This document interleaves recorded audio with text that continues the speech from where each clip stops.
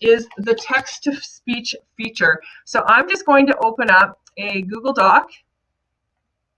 Oops, not that one.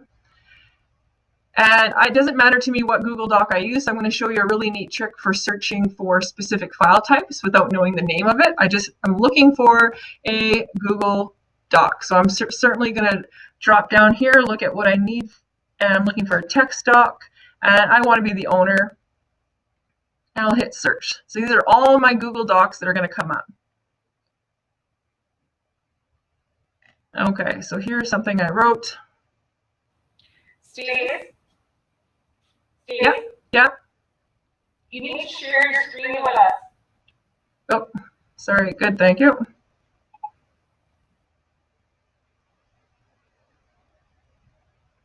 Okay, does everyone see my screen? Can someone give a shout out? I'm just looking to see it. We can see it. Okay, perfect. Okay, so I'm going to just take you back a step. So I was trying to search for a doc. I didn't care what document it was, so this is just a neat searching tip. So I go into Drive and I search for text documents. And I want myself to be the owner, but I don't know the name of it. I'm just looking for any general text, and I click search, and all of my Google Docs come up. I can do that for any of my file types if I know I made the Google form or it's a presentation, but I can't quite remember the name, and I want it to be owned something I did. I hit search, and all of my Google presentations come up. So that's how I find things really easy. Today I'm looking for a text doc. And I'm going to open up that one. Okay. So in order to engage with Google Read and Write, you have the puzzle piece in your toolbar. You know it's working when you click on it, and the puzzle piece drops down. Many of you are stuck at this puzzle piece, not dropping you down to another puzzle piece, and that means that Google Read and Write has not been enabled in your profile. So there are some tutorial videos that you can look at after this session. You can work with your IT to make sure that you have these tools. So everybody should have the puzzle piece on their toolbar, but when you click on it and nothing happens, it means you haven't allowed the permissions that Google Read and Write needs to access your Google Drive, and so it won't work. So in order to get the tools available to you, you simply click on that drop-down puzzle piece and your menu bar drops down. You know you have the right version when you have all of these tools in color and in black. If any of them are missing or they're grayed out, it means you are operating with the free version. As a member of Superior Greenstone District School Board, using your board account, you have access to all these premium tools. Okay, so the first one we're going to look at today is the word or simple. Let's just figure out the read and write. This is the free version that we've had for many years, and it lets you hear what it is you have highlighted, which is really helpful for any reader. Again, this tool is not just about a tool that will help our identified students. It's for all of our learners because once they've enabled it on their profile, they can access it from home, from the library, from a hotel room. It's not something that's specific to our board computers. It's attached to their profile, so that's the benefit of it. It travels with them wherever they go. So if you highlight what it is you want to read, and you just simply click the play button, Students from Lake Superior High School once again brave the weather to raise money for our local animal shelter. I don't know if you can hear that. This long-standing tradition between Lake Superior High School and the local animal shelter has helped to support the efforts of the dedicated volunteers who care for the animals of Fortitude Animal Shelter. And you just simply click stop when you're finished with that. Now, there are different ways that you can have the material read to you. And if you go to the right-hand side of that bar under Settings, and you go to Speech, and it's the first one that pops up, you can change the voice of the person reading your text. So, the boys might want to have a male sound or whatever. That's a medium pace. But you can also click off continuous reading where it would only read word for word. Okay, so you can make some changes in there. I've selected continuous reading. So open up a Google Doc and practice. And you don't always have to highlight. If you just put your cursor at the beginning of the sentence and hit play, it will take you to Support this yearly tradition, and we thank our communities of Terrace Bay and Schreiber for being so generous. A big thank you to S. Patterson for doing the Bucket Brigade and okay? So you don't necessarily just have to highlight your text. Wherever you put your cursor and click play, your text will begin to read, okay? Many of you have asked about the prediction software because some of you have been using WordQ and other programs where the prediction software is already enabled. Well, Google Read and Write has prediction software as well. So if I simply get ready to type, prediction software is at the very beginning. If you hover over all of the icons, it does give you a brief title, so you kind of get a hint as to what that icon will do and what it will launch.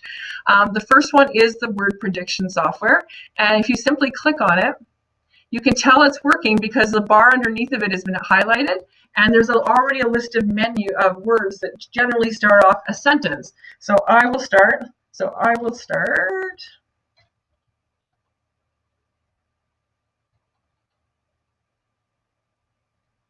And I just simply click on the word I want, and it reads me the word that I've chosen. So if a student has difficulties recognizing the proper word, they think they've chosen the right word, it will play it back for them, and they realize that they've taken the wrong word from the menu. So that's how you do the prediction. And when you're done, if you don't want that for your entire text, you simply click back on the word prediction tool, and you can see that little highlight tool that was showing up underneath is now gone. So I know it's not working anymore. Okay, so that is word prediction. And again, all of these tools will be available on the student's profile. So this is available to our students at home as well. Okay. The next icon is your dictionary icon. Okay, and it has a whole bunch of words that are embedded into the Google Dictionary, and so the students can just simply click on they're not sure what the word shelter means, and they highlight the word and they click on the dictionary, and then it tells them the various parts of speech. And if they click on the play button beside the word, it pronounces it for them. Okay, so that's an easy tool for a lot of our students. We also have the dictionary. So for maybe our younger learners, as well as students with difficulties in reading and comprehending the written word, we have the visual. So if I click on the word shelter and I go to the picture dictionary, there are some options that come up to describe that word, and as well, again, I can press the play button beside the word, and I don't know if you guys can hear that. I've turned it up as loud as I can on my computer. You can hear the word being played as well, the proper pronunciation. Okay, so I'm going to give you guys a couple of minutes. Hopefully I know you're not all in this room.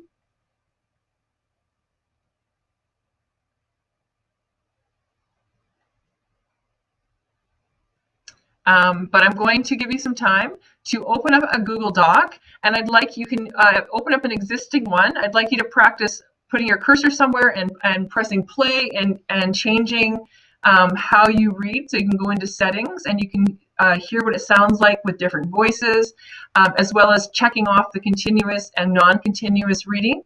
And then I'd like you just to practice with that, as well as the word prediction and the dictionary tools, so that you become familiar with that. So I'm going to give you a couple minutes to play with that. I'm going to go back into the Google Hangout, so if any of you have questions, you can type your question in there.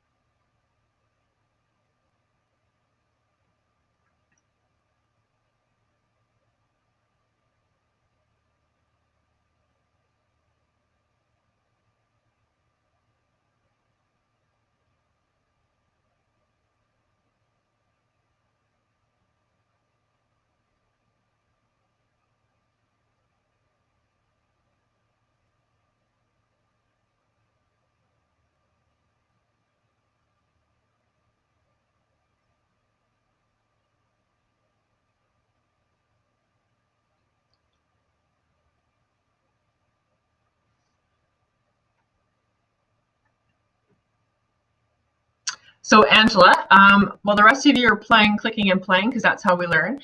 When you click on the purple puzzle piece, can you see that on your toolbar? When you click on that, you should get a screen that allows you to select the permissions that Google Read and Write needs. Once you select Allow, it'll send you a screen will pop up to confirm them, and it'll say Review Permissions. You click on that, you'll have another set of permissions, and then it will be enabled. So right now, the individuals who don't have those taskbar tools, they don't have Google Read and Write enabled. I'm going to share with you a link right now. I have a YouTube playlist, and I have emailed everybody out this playlist before. Under my YouTube channel,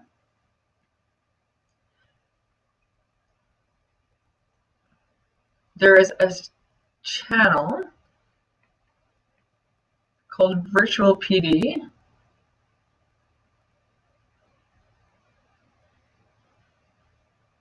Hi everyone. I'm going to share the link with you guys.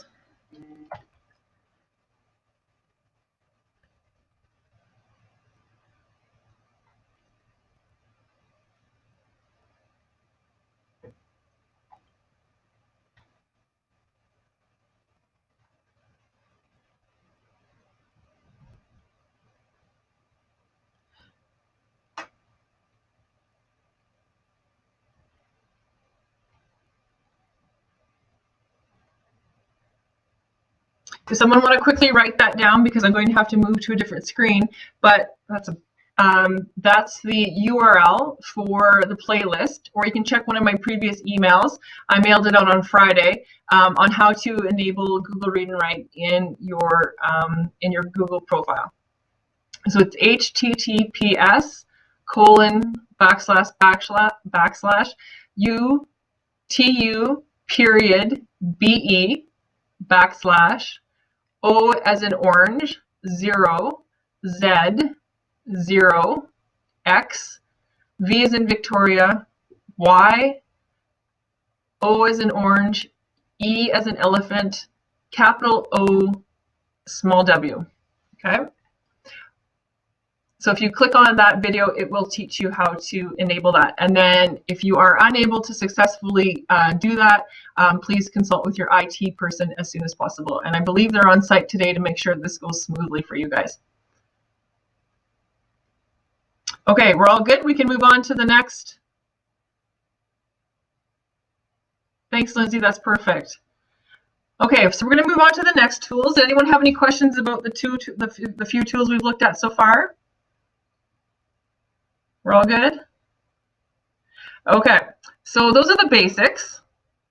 So we've learned how to, hear a text, predict for writing, the dictionary tool. The next one that's really, really cool, and this might help with the teachers who are teaching our students French, is we have the translator tool. And so we can use this really, really easy with our French students. So we have a selected text here, and I'm going to highlight it. And then I'm going to click these two arrows that intercross with one another.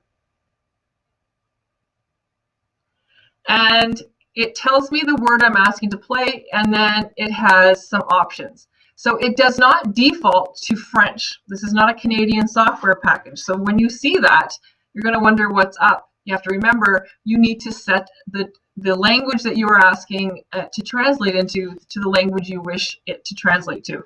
So it doesn't recognize that we are Canadian and that we're probably asking for either English or French. But it's very easy to change.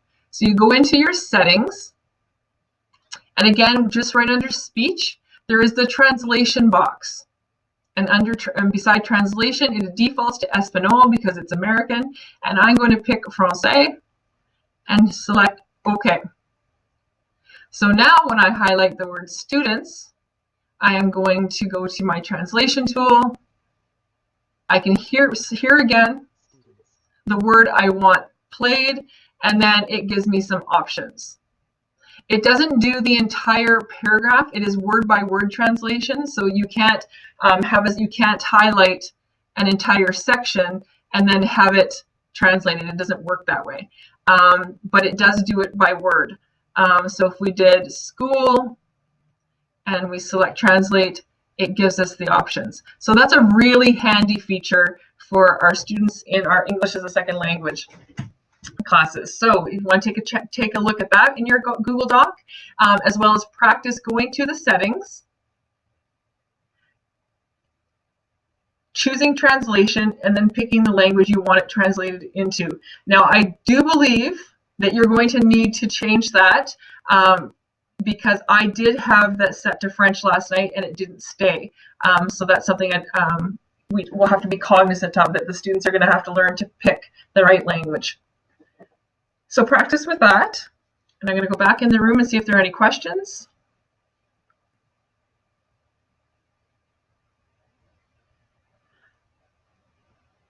Shauna, as long as you are in your Google, your board Google account and you're using a Google Doc, it doesn't make a difference. So if you don't have the purple puzzle piece, it means it hasn't been deployed to your laptop. But the software was deployed to your school board account, so I'm not sure. You'd have to check with whoever your IT is to see how to get it onto your Mac. Okay, I'm wondering, Shauna, did you enable it on a board laptop or a board desktop first?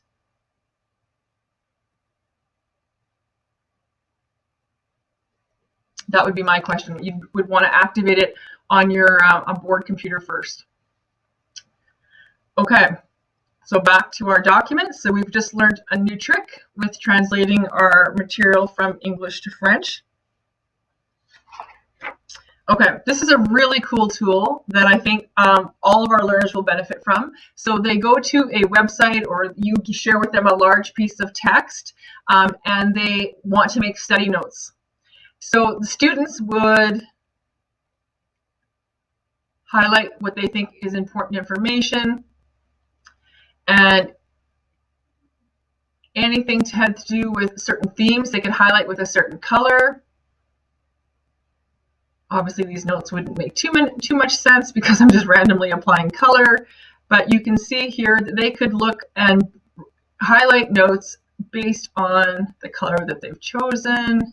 You could do this where they have to go through a list of words and all the nouns are green, all the verbs are yellow, all the adjectives are pink, whatever. So you have them highlight different themes. And once they've done that, they click on the Collect Highlights tool, and I've seen this employed in a 4U class because of their, the amount of notes they need to take. This helps them be really succinct with their notes. You select Collect Highlights, and you can sort by the position of the highlights or the color. And I'm going to pick color, and I've highlighted all my colors, and I press OK.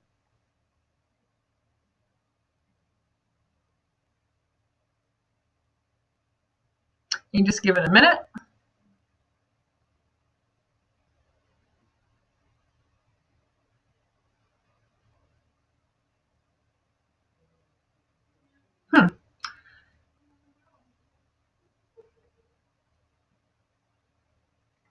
Does not take that long. Okay, let's do it again.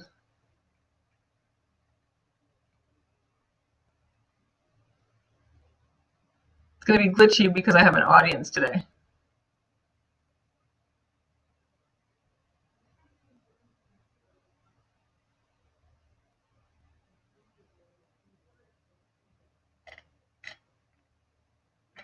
I'm wondering if it's being very slow to create the doc because of the amount of bandwidth I'm using in terms of doing the presentation, but I'd like you to practice. And Steve, check some of the documents that you have open up behind. You have an untitled document one? No, it's mine. It comes up highlights. Okay. It comes up immediately, and it's super easy to use. So I'm wondering if it's just being glitchy because of the amount of bandwidth I'm using. But what it would do is open up a highlighted tab in like a new Google Doc, and all of the highlights would be collected and organized based on the color. So you'd have a list of all your blue, you'd have a list of all your yellow, and a list of all your green. So the potential, and it works every time. So today, of course, it's not going to work, but it's technology, so we're going to persevere. So I'm going to leave this for a minute. So now I just so you don't want those highlights to stay there forever. So I'm going to highlight my whole page, and I'm going to click the little broom, and it sweeps off all my highlights. So I'm going to try that again. So I'm going to do pink, and I'm going to try some green and some blue and some pink, and I'm going to go to collect highlights.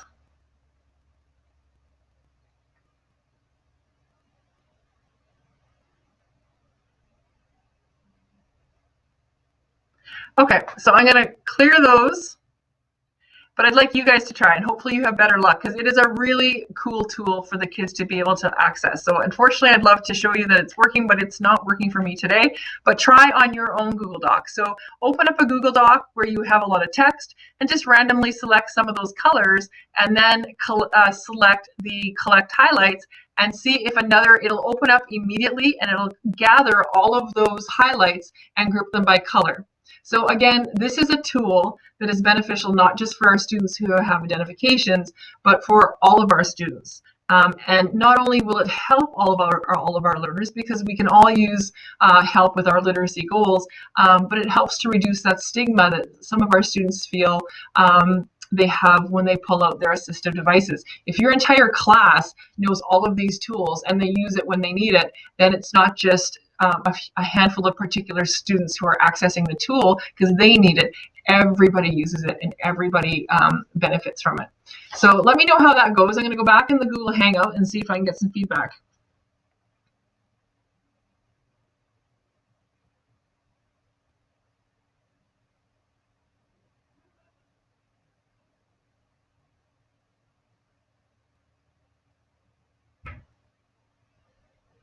Okay, is the collect highlights working for anybody?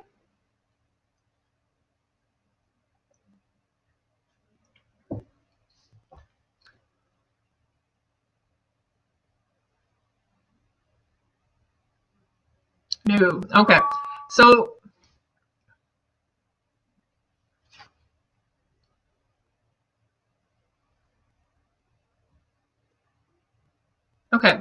it is tech, but we have to put our learner hats on. So we're not going to say, oh, this tool isn't worth it. It's being glitchy today for some reason, but it is a really powerful tool when it works.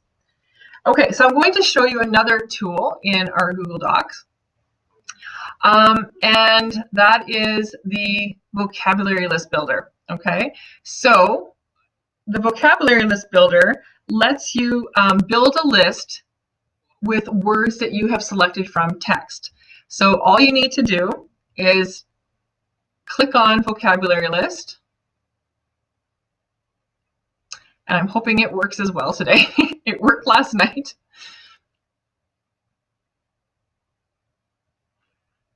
Oh, it's gonna be persnickety today because I have an audience. Okay, so someone else try clicking on those that icon right there in your bar and let me know how that goes. But I used it last night, so I'm going to see in my recents.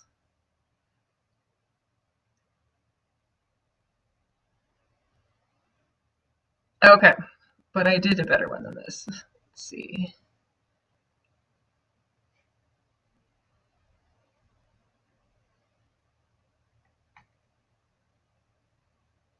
Okay, here's an example I have trashed because I was practicing. Here is an example, guys, of my highlights. So this was just me practicing. So it took all of the highlighted text and it made a list, and it's organized by the color, and then it also links to the original full document. So, if the student is practicing their vocabulary, or they've broken down their key pertinent study points, but they want to go back and find out the entire page of information to search for something else, they can also link to it from right there. And that's automatically added to the created highlights doc. And it's done immediately. So I'm not exactly sure what's going on, but that's what a highlighted text looks like. So you can see how they organize it by color, but I also like the fact that it does include the link to the entire full document as well. And I am now looking for a vocabulary one that I used yesterday. So I'm going to recent. See if I can search for it.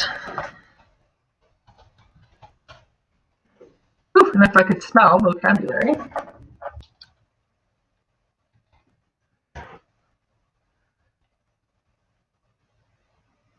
Okay.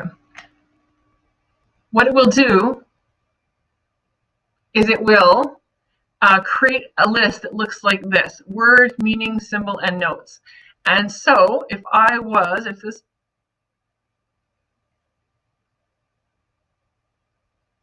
I'm going to highlight the word weather, and I'm going to see if I can get a list created.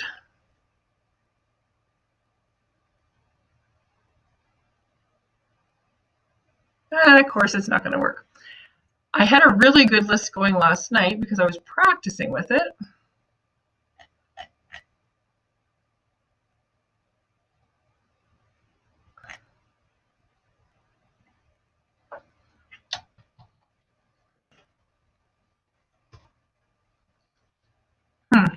Okay.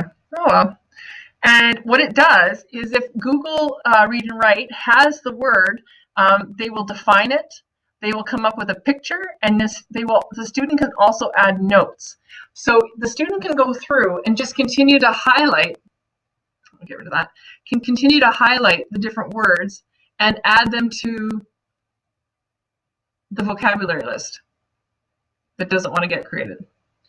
And the beautiful thing about it is that what it does is that it opens up in a Google Doc. And we know the power of Google Docs is that you can share it.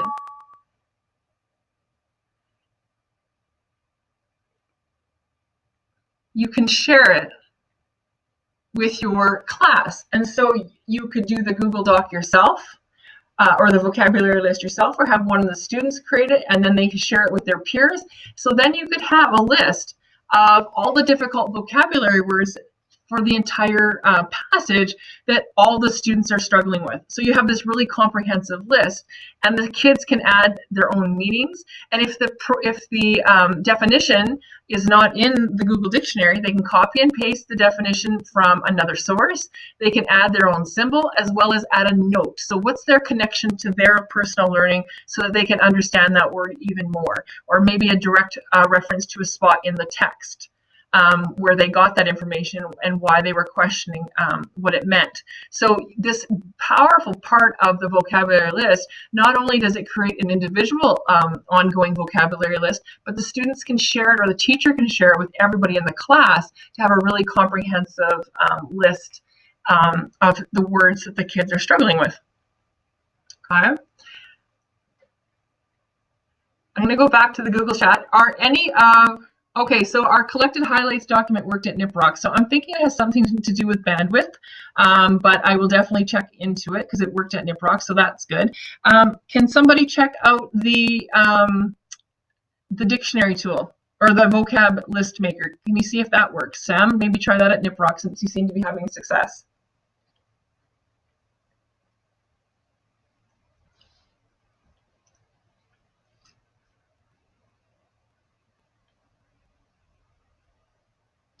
Okay, so are there any questions? I'd like to move on, but I'll wait. And if there are any questions, we can answer them now. Okay, good. So just me, lucky me. Thanks, Jody.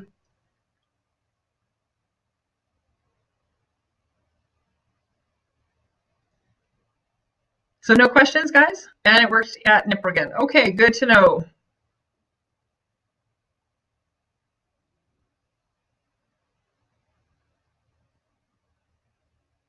Okay, so the next tool we're going to learn about is the screenshot reader. So the screenshot reader, if some of the text isn't reading very well, or if you're on the internet. So let's find something on the internet. So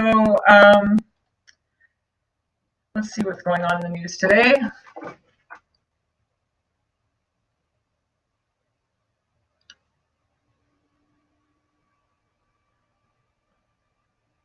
Okay, so something good in the news. So a Canadian is winning in golf.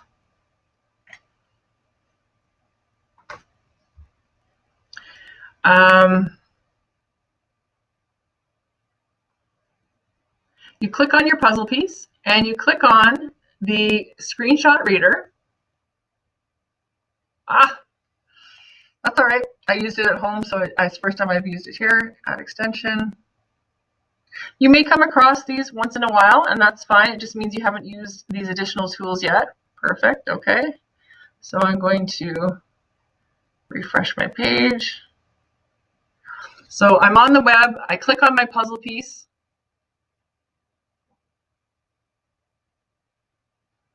I click on screen reader. I highlight it. And I click play.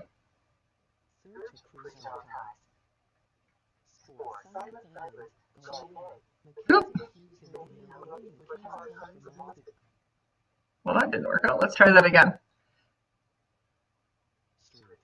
Oh.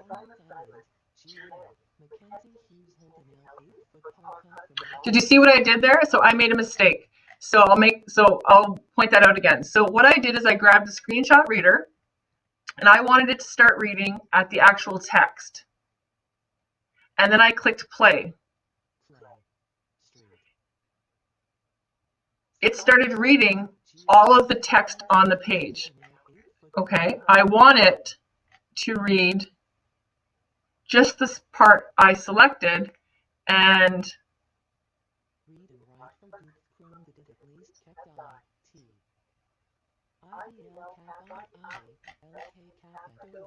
I have no idea what's going on.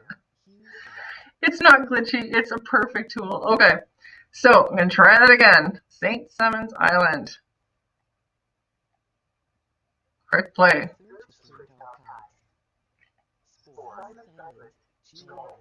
I don't know. Okay, I'm getting out of that. I'm going to try it again.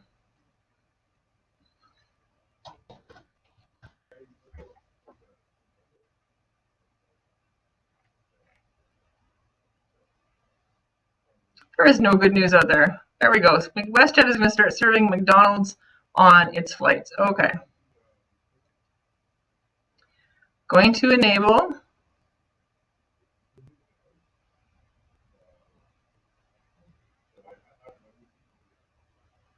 I only want this sentence to be read. And it starts to read it. Okay. I want to read the next big section. And it just starts to play it. So the problem was I was selecting play and it was starting at the top of the page.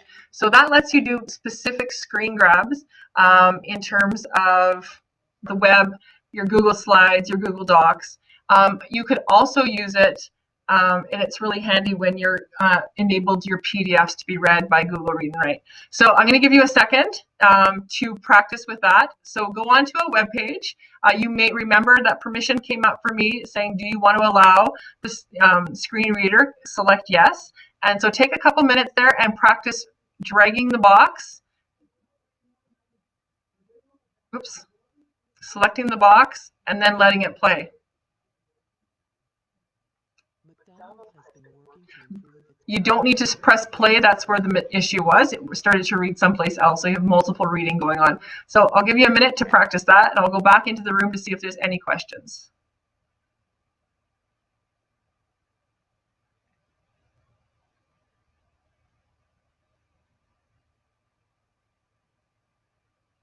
So Annette,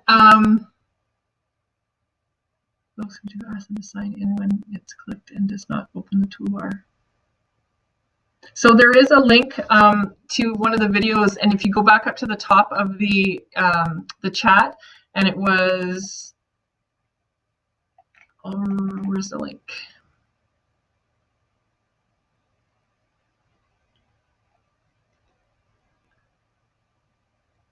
I'll paste it again. Annette, you might want to watch them do the video, and other than that, you'll have to check with your IT to see what's going on.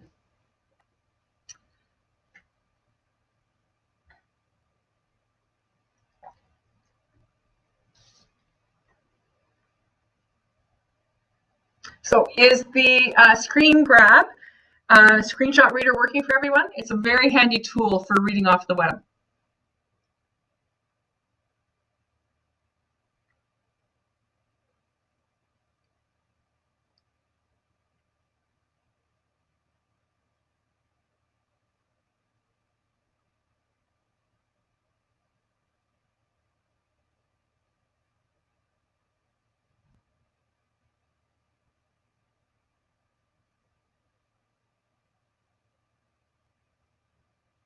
Everyone okay?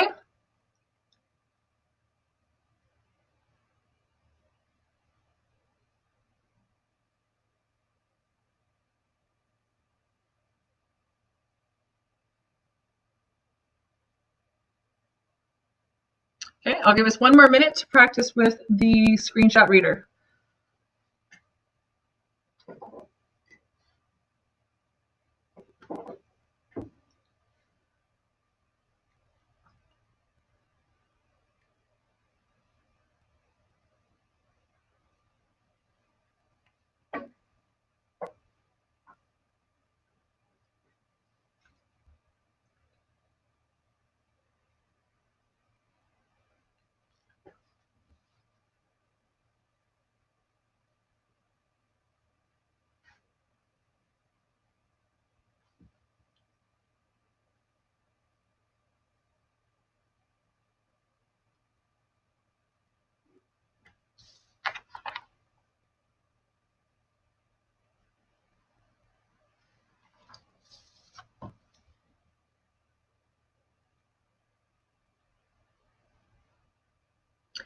Okay, so we're going to move on to this really cool feature. And I'm just actually thinking, and Sam, you might want to, maybe we can connect after, and whoever else for the IT department is in here.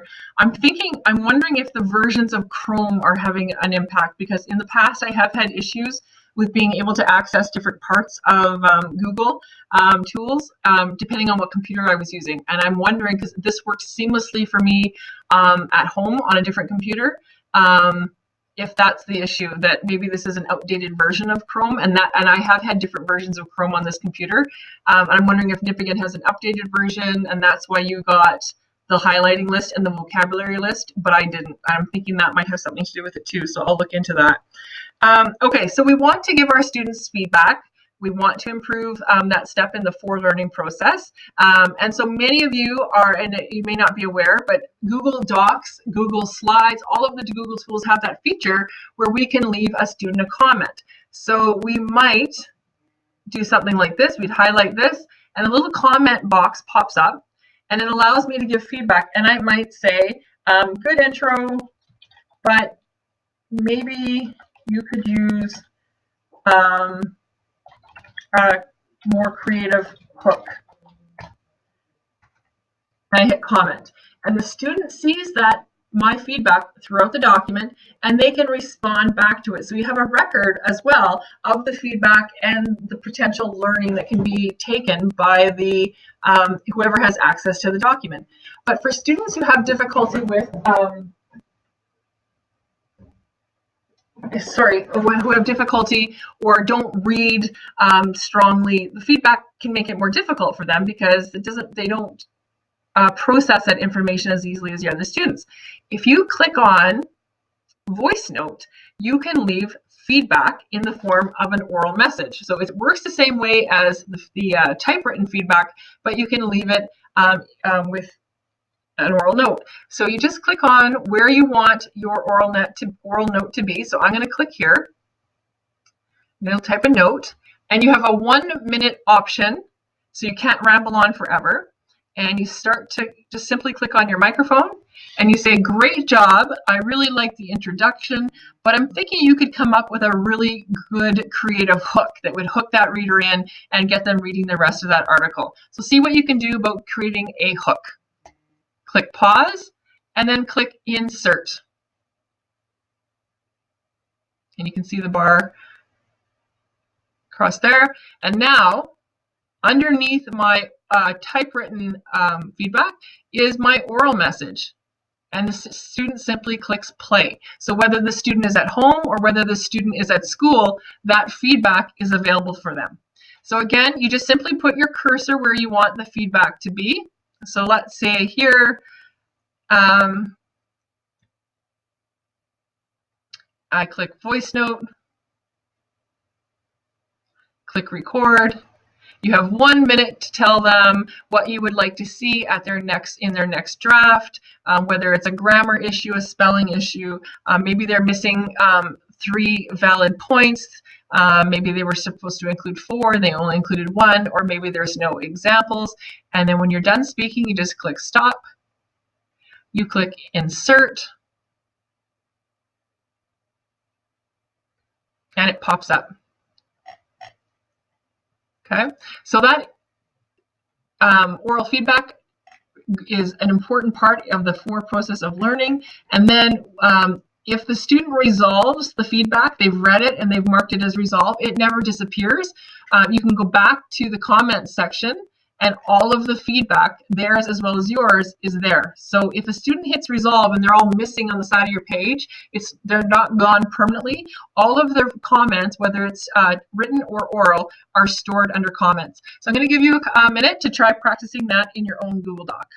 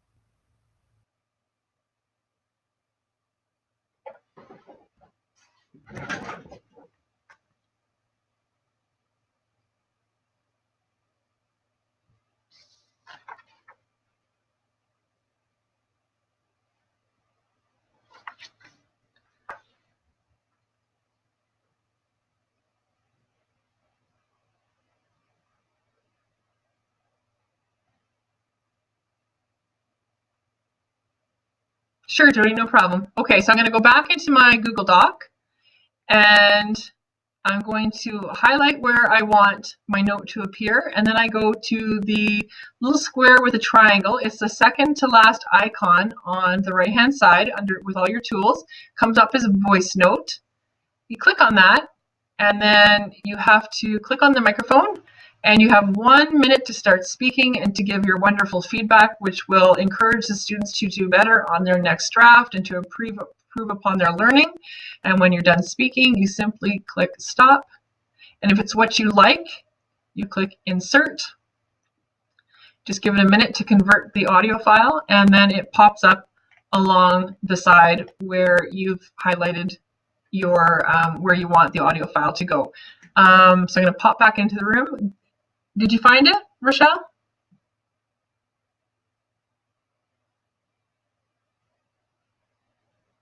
Okay, perfect.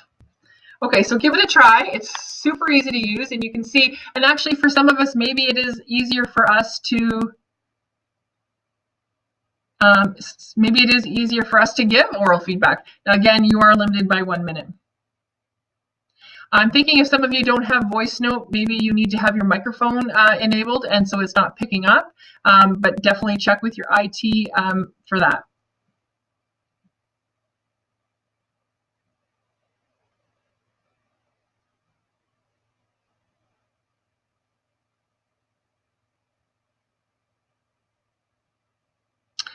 You can't access the YouTube video.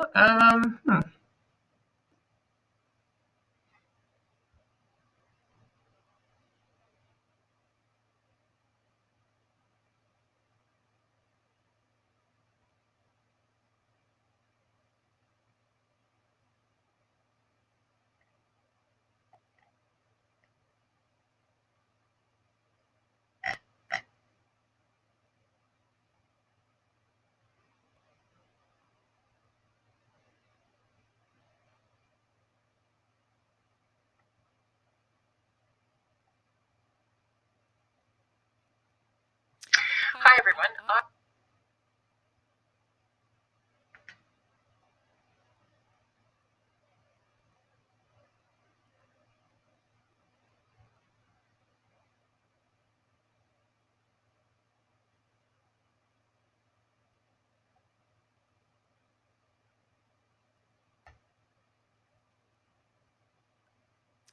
Hi everyone, I am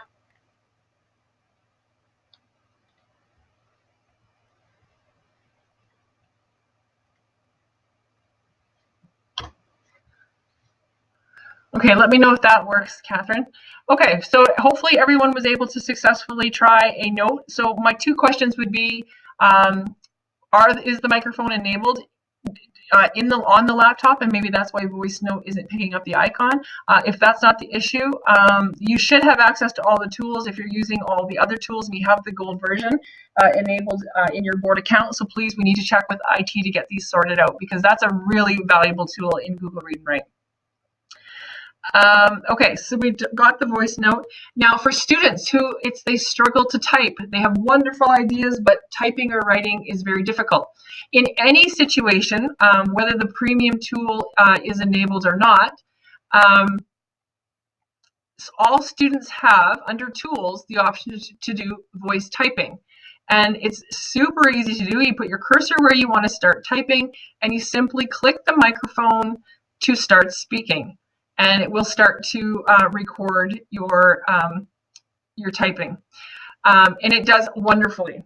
But if they have Google Read and Write, so they don't need Google Read and Write to use that tool because it's under tools for everybody. But in Google Read and Write, if they click on the little headset, that's speech input, and it works the exact same way. So you simply start talking and it records all of your thoughts into written text, period. I find that it is very accurate and rarely makes mistakes.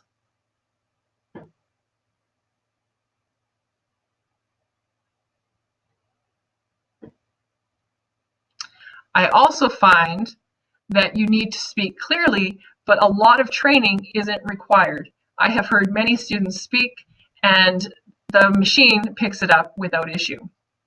So the only thing I would suggest is that I have to read.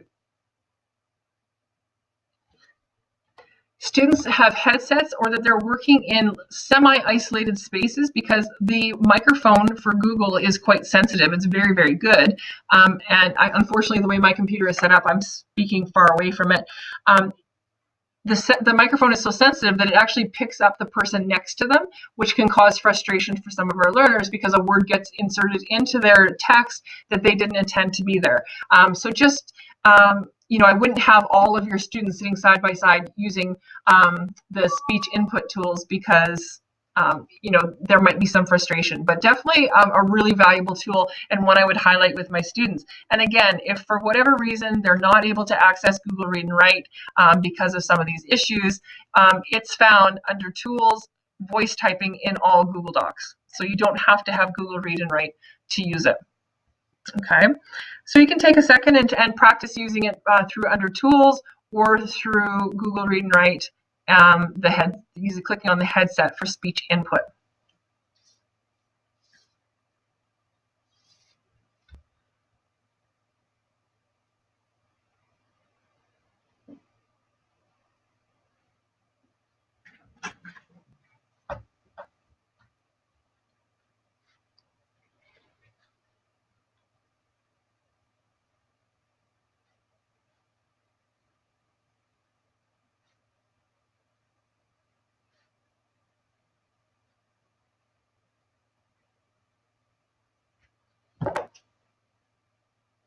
So far so good, guys. Do you have any questions?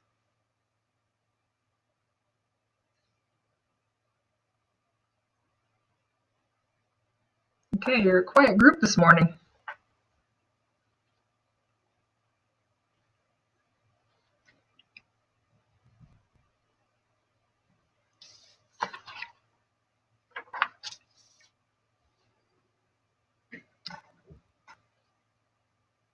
Okay, I'll give you one more minute just to practice with the audio input. So some of the laptops work really well. They don't need to have a headset. And some of them you would possibly require a headset in order for the audio to be picked up.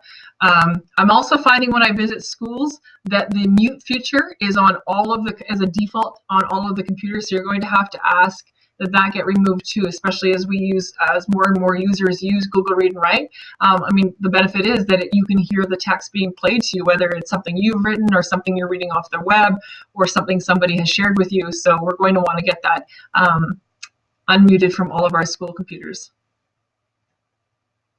Okay. So you'll need to check with IT at Manitowoc Public Schools, so it's not appearing consistently throughout the board. And again, I'm not sure if that is if it has to do with the fact that the microphone hasn't been enabled. I don't think that's it, because the icons show up regardless. But you can look into that as well. I'm also wondering about the version of Chrome, because it works for me. So we need to check with IT with that. So you can work with your IT on that one. Okay, the last two features that I really want to show you before we head into the last couple tricks are really easy. They're for supporting our students who get distracted very easily. And if you click on this screen masking, what it does is it allows the students to focus on certain parts of a text or certain parts of a web page without worrying about being distracted by other fonts. So if you click on screen mask, it creates a highlight bar, and it allows you to focus the reading on just small bits of text. So really good for those students who almost need to read word by word, almost with their fingers. So this is like a little highlighter, and it sort of blanks out the rest of the distractions, and they just simply move their cursor down the page as it works. And to be done with that tool, you just simply click screen mask again, and that works for the web as well. So I'm going to go on to back to the star.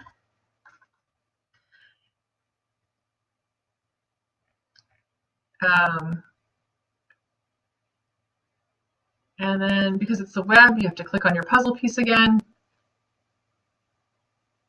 Click on screen masking. And again, the student would just scroll the little bar down as they read. And when they're done reading the passage, they can go back, up and down. They simply click on screen masking again, and that option disappears. Okay. Also, too, for the web, you can see for students who have reading issues or are highly distracted, a web page can be a real good source of distraction with all the other information that's available on it. If you click on the Simplify tab, which is only available when you're on the web, it's called Simplify Page. You click on it, it reopens that web page, but it only gives the students the text. So you can see it has removed the pictures, but it also removed all of those ads that were appearing. So here's the distracted version. And here is the text version. And then you could also include your screen masking on top of that. So the student really just needs to focus on the text at hand. And again, to get out of that, you just simply click the screen masking button again, and you can always go back to the original source and look at the pictures, but a lot less distracting without all the other images there. So those are really two powerful tools to making searching on the web and reading off the web a lot easier. And then you combine that with the screenshot reader. Now the websites are just as powerful as your Google Docs in terms of having those reading tools. Okay. The very last tool I want to show you in Google Docs, it's also available in Google Docs, Google Slides, and the web, is the Practice Reading Aloud feature. And I did practice this last night, and it's a really fabulous feature that will allow you to have a portfolio of student progress and their reading abilities over the course of a year or a semester. And so I'm going to go back to my Google Doc, and I simply click on the feature that looks like a student reading a book, so Practice Reading Aloud. Oh, sorry, I have to highlight first, sorry. So you highlight the text and you click on Practice Reading Aloud. And it takes that text that you've highlighted, and that's the text I'm going to read. And I simply click on the microphone, and it wants to allow it. Yeah, I'm going to allow it. Stingers are proud to support this yearly tradition, and we thank our communities of Terrace Bay and Scriber for being so generous. A big thank you to Miss Patterson for doing the bucket brigade and Miss Lepp for rolling and counting. And when you're done recording, you click stop, and it gives you an option. It allows the student to send that file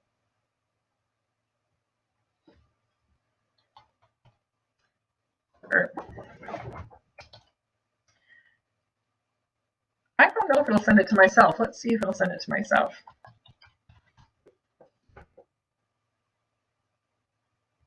Okay, your teacher will receive an email soon letting them know you sent them a recording. Also, in my Google Drive, there is a file that is automatically created called Read and Write, and that file got saved there. So you have a record of that, a record of that reading that you can embed into other aspects of their learning.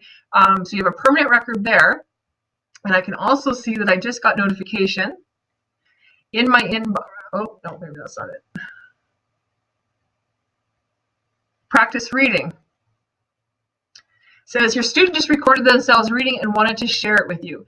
And it tells me that the name of the title, the student who is reading, how long the recording second is, and apparently I have the reading age of a 9.5-year-old. And then it also allows me to have a listen.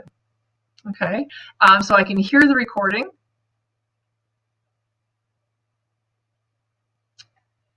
I simply press play. Singers are proud to support this yearly tradition. And I can also track the progress of that particular student over time. Okay, so obviously you'd want to have many samples of work. You would also want to use your professional judgment, because I can guarantee you that I do have a reading age above 9.5 years old. But that is a really powerful tool that you can share with parents and students. You could do guided reading. You could have students read passages at home and send you the file, and you can reflect and provide feedback through that as well. And again, all those files are stored in the student's Google Drive automatically. So that's a really powerful tool for our learners as well. Okay, so those are the Google Read and Write tools that are available to us. I'm going to come back to the Google chat. So we are going to do one more thing, but I'm going to leave Google Docs and the general toolbar. So before I do that though, are there any questions? I can go back and look over any of the tools we looked at. And we've looked at a lot today. We've looked at the practice reading aloud. We've looked at the translation tool. We've looked at the picture dictionary.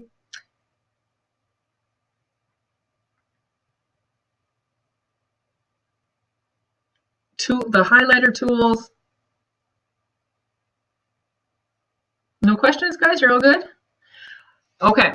So many of you have been asking, well, how does this work with Google PDFs? Okay, Google and PDFs. So we have been sending our students to external sites to read PDFs, but you have the ability in Google Read and Write for Chrome to read PDFs as long as you enable it. And I created a new video. I'll show you that today.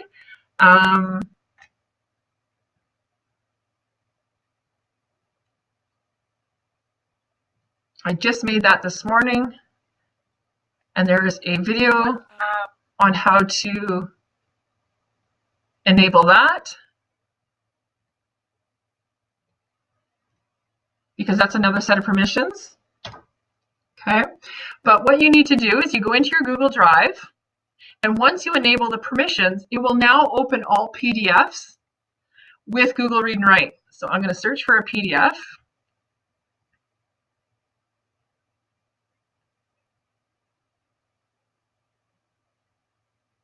Okay, I have no idea what this is, so let's do that. And you can see from the drop-down menu, I can open with, and what you would choose is Read and Write. Now it might ask me for, okay, so I've already enabled my permissions. So it takes the PDF and it opens it up, perfect. And I can put my cursor where I want it to start reading and click play. For further information and resources, please Okay. Oh.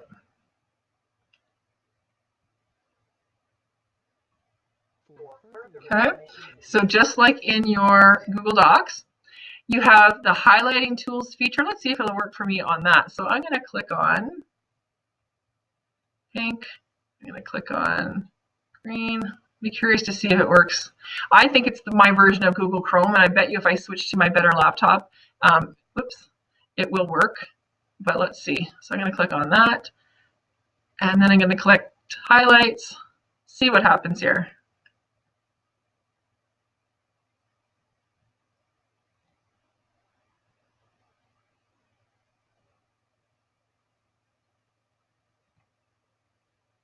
It is working. So there we go. So it just took my notes from a PDF.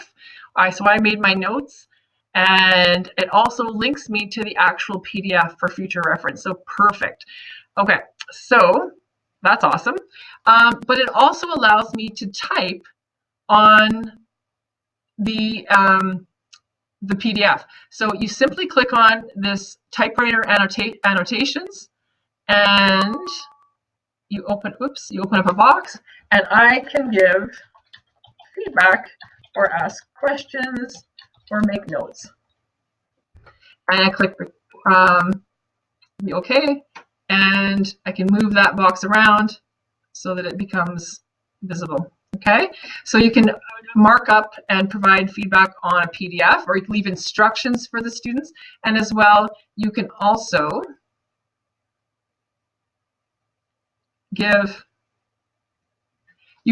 give oral feedback when your microphone is hooked up really well, and then it leaves an oral note as well. So you need to enable the Google Read and Write for PDFs in your Google Drive, and that's really easy to do. When you go to your Google Drive, pull up a PDF, select Open With, Read and Write for Google Chrome. As soon as you do that, it's going to say Allow. Click Allow for the permissions, and then the next time you open up a PDF in Google Drive, you'll just open the way I did it. So we really cover all of our bases that our students will encounter right within Google Drive. So you really have everything you need at your fingertips with Google Read and Write. So I'm going to stop with the teaching part of it, but I'm going to ask you to give me some feedback in the chat room, and I can help you with anything, but I don't want you to log off just yet. I do have something I want to show you, but this is done. We're done for the teaching part. So can you go over this again? Thanks. Okay, so Rochelle, what part do you want me to go over? What's this you're referring to? The permission part. Okay, so for Google, for the PDFs, Rochelle? Okay, so you go to your Google Drive, and you want to select a PDF from your file. Pick a different one this time. I'm going to make me the owner.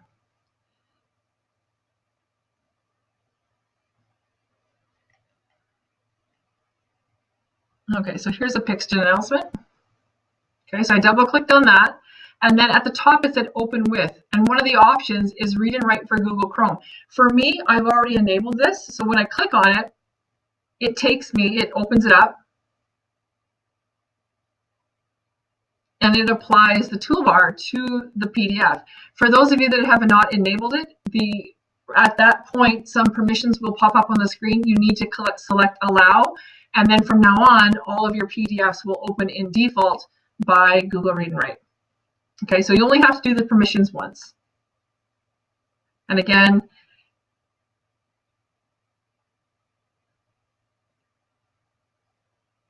you have all of the same tools as you do in your Google Read and Write.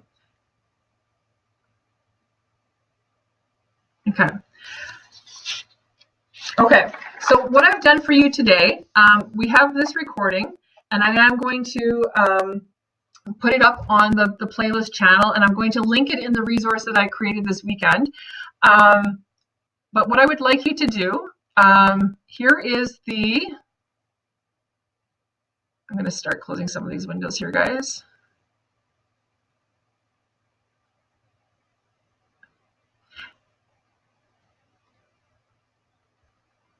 I would like you to go into this resource. Oops, that's not the one I want. Sorry, wrong one. Too many windows open. Go into this resource. And it should link you to this presentation resource here. And I'm going to walk you through it just to show you what I've developed. Okay, let me know if anybody is having difficulties accessing it.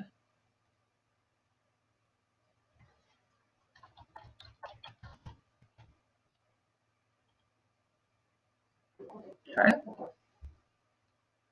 Now, for those of you that aren't really familiar with Google Docs, Google Drive, when it shows, now I don't want my read and write right now, it's in the way. You just simply click the puzzle piece and it disappears to the top. When I want it again, I just click the puzzle piece down and my tools pop up. Okay, so for those of you that are unfamiliar, you should see the title Google Read and Write, and then you'll see the little grayed out star, you'll see a gray folder, and then there'll be like a recycle symbol, but it's the symbol for Google Drive with a little plus sign. If you click that, it will add it to your Google Drive, so you always have it, and you're welcome to add it to your Google Drive. Okay. On the second page are some of the resources that I found most helpful. You might want to print this out or at least have it, just realize that it's there for future reference. This resource is a cheat sheet. It's just all of the really quick tips and that we have currently with Google Read and Write with our version, and a brief description of what each one does. And that's found in that link. The YouTube channel, if you click on that, is a link to all of the Text Help YouTube videos. So those involve ones created by Text Help as well as other users. So they've compiled a whole bunch of really good short videos that can help you with pretty much any question you've got, like how do I use the vocabulary list builder? How do I use the prediction tool? It's all there. Text Help also has put together a guide. So if you click on that image, there is a user manual. And then the Chrome button is a link to videos that really just support Google Chrome. So I like that playlist as well. The third slide has some videos that you might find most important. So they've got activating your Superior Greenstone Google Read and Write account. You've got a video on how to activate your desktop version. You've got activating your desktop app. And then you have, at the end of today, there'll be 3 PD sessions. And I will link all 3 of those podcasts there for future reference. I also have created a YouTube playlist of all my virtual PD sessions. And so the link at the bottom, if you click on the icon, will take you to my playlist. So if you remember something today, but you forget in a couple of weeks how to do something, and you know I created a video, check the playlist first to see if I've got it. And then before you head for the hills, we're asking that you complete the Google form that is in the under the exit ticket. So please take the time now to click the exit ticket and to fill out the very brief survey. I will stay in the room for a bit longer, and certainly will be able to help with any specific questions, go back over any tools. But I would, before you exit, please fill out the Google form for us. And I'm going to also stop the recording now because this is quite a long recording.